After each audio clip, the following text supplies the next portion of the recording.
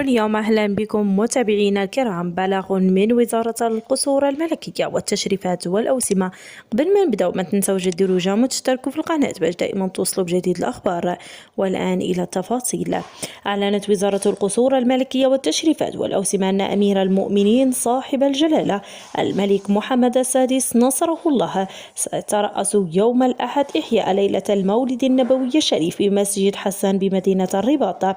وفيما يلي نص بلاغ الوزارة بهذا الخصوص، تعلن وزارة القصور الملكية والتشريفات والأوسمة أن أمير المؤمنين صاحب الجلالة الملك محمد السادس نصره الله وأيده سيترأس إحياء ليلة المولد النبوي الشريف بمسجد حسان بمدينة الرباط، ذلك ابتداء من الساعة 6:30 من مساء يوم الأحد 11 ربيع الأول 1446 هجرية، الموافق لل15 شتنبر 2024 ميلادية.